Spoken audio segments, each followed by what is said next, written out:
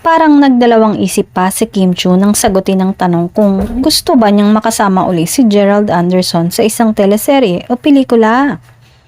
Tinanong kasi ang kapamilya actress kung bukas ba siya sa pagsasama uli nila ng kanyang ex-boyfriend sa isang project.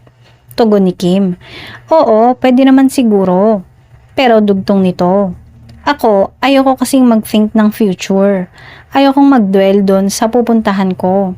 Parang ako kasi yung type ng tao na kung ano ang nasa present, yun muna ang i-enjoyin ko."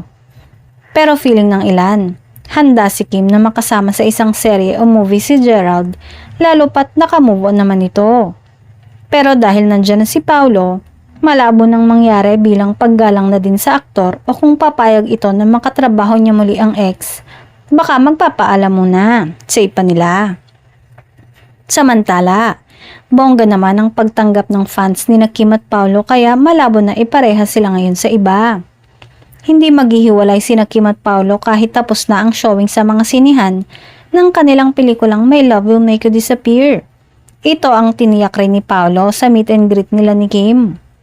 Ayon kay Paolo, bagamat may mga gagawin siya para sa kanyang solo career, kalahati ng nakalinya dito o hindi mawawala ay si Kim.